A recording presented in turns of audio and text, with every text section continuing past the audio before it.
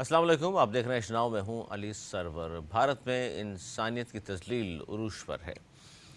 मणिपुर फसादात, भारत का मकरूआ चेहरा एक बार फिर बेनकाब। भारत, अखंड भारत और हिंदुत्व की जो ख्वाहिश है और जो उन तमाम लोगों का ख्वाब है, इंतहा पसंद हिंदू उसी पर अमल पैरा हैं। और वो अक़लियत जितने भी हों, तो मुसलमान हों, ईसाई हों, सिख हों, यहूदी हों, उन तमाम को बख्शने पर तैयार नहीं, साथ रखने को तैयार नहीं। उसके बावजूद कि भारत का जो नारा है कि जिस दुनिया की सबसे बड़ी सेक्युलर रियासत जो है वो भारत है, हालांकि ऐसा नहीं है। और इसका रोज़ाना की बुनियाद पर हम ख़बरें ज़ाहिर पढ़ भी रहे होते हैं, वीडियोज़ हमारे सामने आ रही होती हैं। ज़्यादातर तो मुसलमानों को निशाना बनाया जाता है, लेकिन दूसरे भी जो अक़लियत हैं हिंदुस्तान में, क्रिश्चियंस और दीगर मज़ाहिब से ताल्लुक़ रखने वाले, अगर वो हिंदू हैं तो हिंदू में भी ज़ात पात का तसव्वुर तो ज़ाहिर है बहुत पुराना है।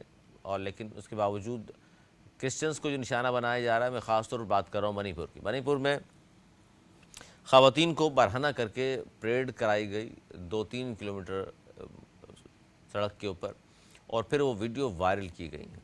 इंतहाई शर्मनाक, इंतहाई अज़ियतनाक, और ये सब कुछ हो रहा है। और ये करने वाले भारतीय हिंदू इंतहा पसंद हैं। और अब तक की इत्तलात के मुताबिक 150 से ज़्यादा मसीही लोगों को कत्ल किया जा चुका है।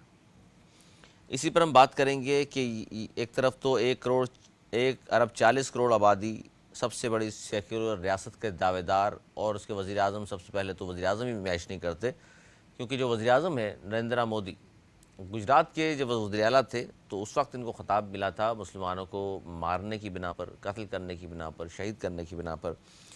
इनको गुजरात का कस्साब कहा जाता है। और उस ज़माने में अमेरिका ने इन पर पाबंदी लगा दी थी कि ये अमेरिका नहीं आ सकते। और जब पहली बार ये वज़ीर आज़म बने, अमेरिका गए, तो इनके ख़िलाफ़ बहुत ज़्यादा एहतजाज भी हुआ।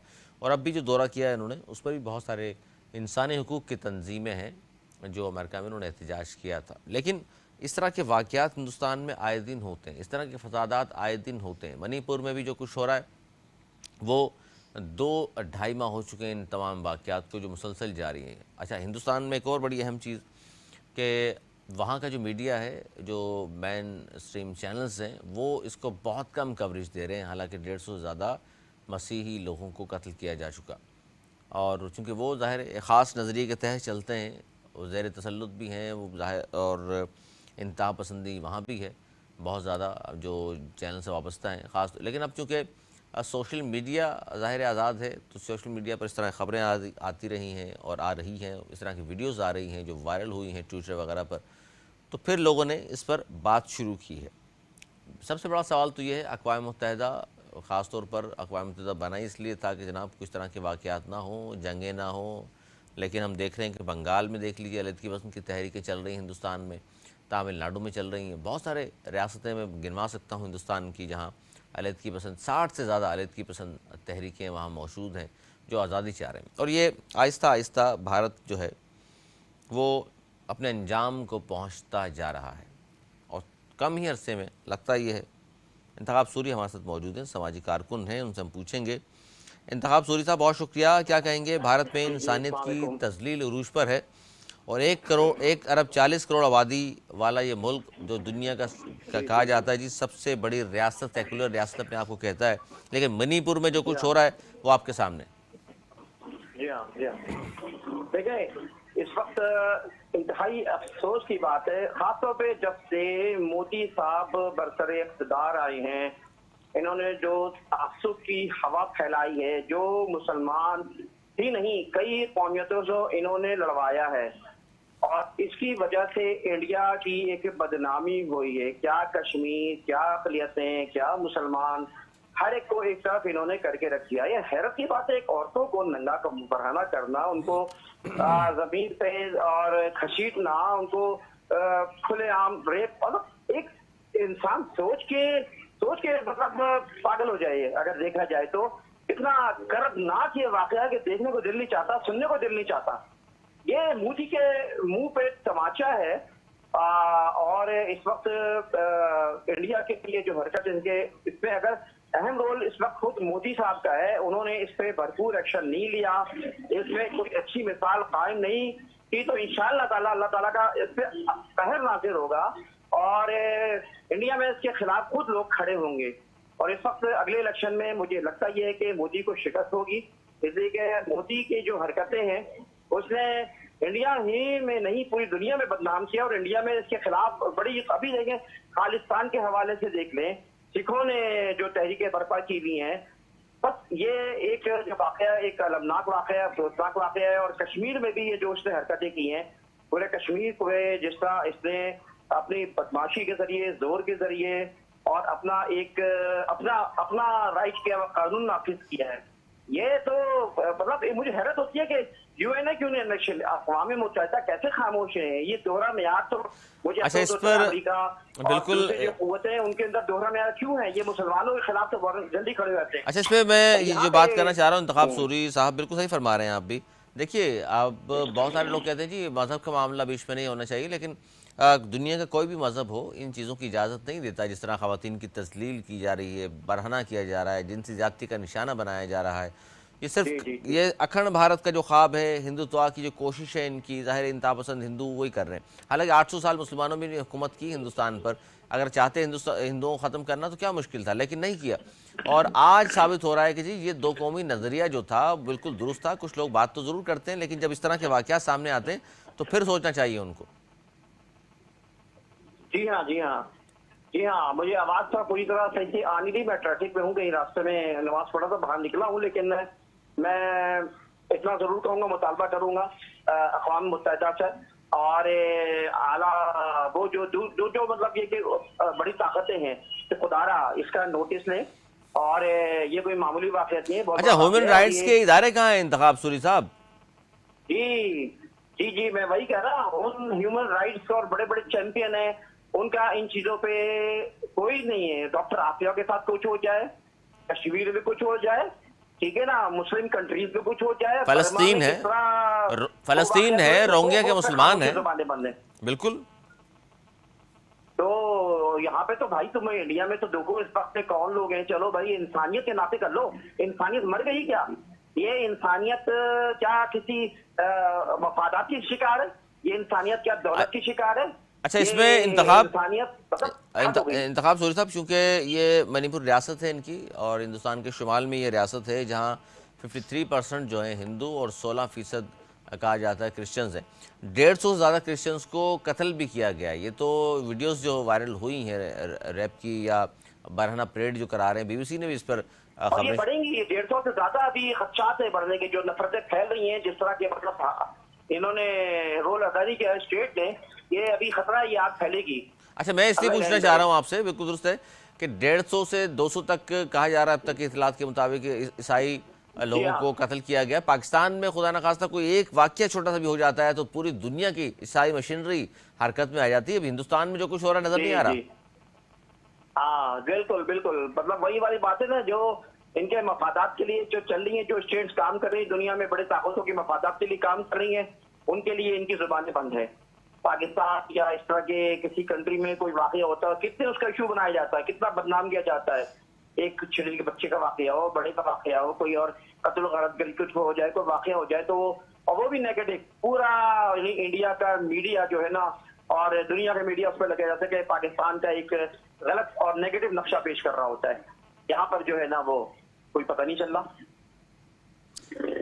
तो क्या पैगाम आप खास तौर पर, मैं क्योंकि आपका ताल्लुक भी जाहिर है इंसानी हुकूक के हवाले से आप भी बहुत काम करते हैं, तो जी हाँ, ये जो एक्टिविस्ट मैं मतलब मुतालबा करूंगा इस वक्त के दुनिया जागे और इंडिया के जो हुकूमत है खास तौर पे उसका इस बात का नोटिस ले कि उसने क्यों नहीं इस पे एक्शन लिया और इंसानों को इस तरह कत्ल हो जाना, इस तरह औरतों की बेहुरमती करना, रेप करना, ये जुल्म है, बहुत बड़ा जुल्म है। तो इस पे फौरी एक्शन लिया जाए और इस मामले में इसको छोड़ा ना जाए। अच्छा, एनजीओज तो इंडिया में भी मौजूद हैं, एनजीओज तो इंसान हकूक़ के काम करने वाले इदारे मौजूद हैं, वो ऐसे मौक़ों पर क्यों आगे नहीं बढ़ते, क्यों काम नहीं करते? आप मतलब लोग भी, मैं सच्ची बताऊं कि अपनी दुनिया में मगन है। मतलब हम मतलब ह्यूमैनिटी के लिए जी जीते हैं, अपने लिए जी रहे होते हैं, दुनिया के लिए नहीं जिए। जिंदगी तो ये दूसरों के लिए जिए, हमें अपनी दौलत से मतलब है, हमें अपने घर से मतलब है, हमें अपने पैसों से मतलब है। मतलब ये एक रवैया है पूरा। इसी तरह जो है मतलब मफादात की दुनिया चल रही है, मैं तो यही कहूंगा। पैसा, दौलत, ये जो है वैरायटी हो गई है। इंसानियत तो मर गई है। इंसानों के लिए कुछ करना ना स्टेट्स कुछ कर रही हैं। हालांकि स्टेट की असल जिम्मेदारी है ये कि उनको बुनियादी हुकूक दे, उनको रियासत तहफ़्फ़ुज़ दे कम अज़ कम, जीने का तहफ़्फ़ुज़ दे। बिल्कुल तहफ़्फ़ुज़ तो दे कम अज़ कम। अच्छा, दूसरा ये है कि मज़हबी बुनियाद पर हम बात नहीं कर रहे, लेकिन भारत में ज़ाहिर है ज़ात पात का भी बड़ा अमल दखल है, और शूद्र है जी, ये आला ज़ात का हिंदू है, ये कम नस्ल हिंदू है, ये भी है। और फिर इससे, क्योंकि वो तो इंतहा पसंद तो उनके साथ भी ज़ाहिर है वो ये रवैया अख्तियार करते हैं, लेकिन हम ये देख रहे हैं कि जी हाँ, क्रिश्चियंस, जी हाँ। जी क्रिश्चियंस भी मतलब हैं। आप देखें ना, आज दुनिया कहाँ से कहाँ पहुंच गई। इंडिया में वही जो है जो बस तबका है, जो लत बरादरी है, जो मतलब इस तरह की, मतलब आज तक के उनके साथ वही सलूक है, उनके साथ वही जुल्म है। जो गरीब हैं, जो पिसे हुए हैं, जो बेचारे जिनके अंदर खाने पीने के, वो उनको और पिसाया जाता है। यानी ये एक अजीब नमूना यानी इंडिया ने हमेशा पेश किया है। तो खुदारा इन अकलियतों को उठाओ, इन और लोगों को उठाओ जो बेचारे जिस तरह की जिंदगी वो गुजार रहे हैं उससे बाहर निकालो, तो तुम्हारी जो है ना वाह होगी। मतलब ये इंसानों में फर्क पैदा करना, इंसानों में एक उनके इज्जत में फर्क पैदा करना, उनकी फिरकों में फर्क पैदा करना, ये एक बड़ा ही अफसोस का पहलू, क्या कहा जाए, खून के आंसू रोने को दिल चाहता है इंडिया के इन मामला पर। और शुक्रिया, इंतखाब सूरी हमारे साथ मौजूद थे, समाजी कारकुन हैं, और उन्होंने बात की, और भारत में इंसानियत की जो तस्लील है वो उरूज पर है। गो के दुनिया की जो बड़े न्यूज़ चैनल्स कह लें, अखबारात कह लें, मैं बात कर रहा हूँ भारत से हट कर, तो उन्होंने तो ज़रूर इस खबर को शाया भी किया, इस पर बात भी कर रहे हैं, लेकिन बड़ी बदकिस्मती हमेशा की तरह और मुनाफिकाना रवैया हमेशा की तरह भारत का ये रहा कि वहाँ के जो बड़े न्यूज़ चैनल्स हैं वो भी इस खबर को दबाते रहे मुसलसल, क्योंकि ये वाक़यात कोई गुज़िश्ता रोज़ बर्पा नहीं हुए, गुज़िश्ता 2.5 माह से वहाँ हो रहा है। मणिपुर में मुसलसल फसादात हो रहे हैं, और क्रिश्चियंस 150 से ज़्यादा मार दिए हैं। कन्फर्म इतला तो ये है कि अगर हम बात करें, वैसे तो मोहतात अंदाज़ा है 150 का, लेकिन बहुत सारे लोग तो ये भी इस बात को कंफर्म कर रहे हैं कि जी 200 से भी ज़्यादा शायद तादाद बढ़ चुकी है ईसाइयों की, जिनको मारा गया है वहाँ पर। अच्छा, ये फसादात मुसलसल हो रहे हैं, और इस रियासत में 53% चूँकि हिंदू हैं, गलबा उन्हीं का है, हुकूमत उन्हीं की है, और जब बहुत कुछ हो गया, वीडियो वायरल हो गई, इंसानियत की तस्लील सब ने, दुनिया ने देख ली, भारत का मकरूहा चेहरा सामने आ गया, उसके बाद कहीं जाकर रियासत के जो कर्ता धर्ता हैं उनका एक बयान छोटा सा सामने आया कि हम कोशिश कर रहे हैं ऐसा ना हो और काबू पा लिया जाए, लेकिन फिर भी हो यही रहा है।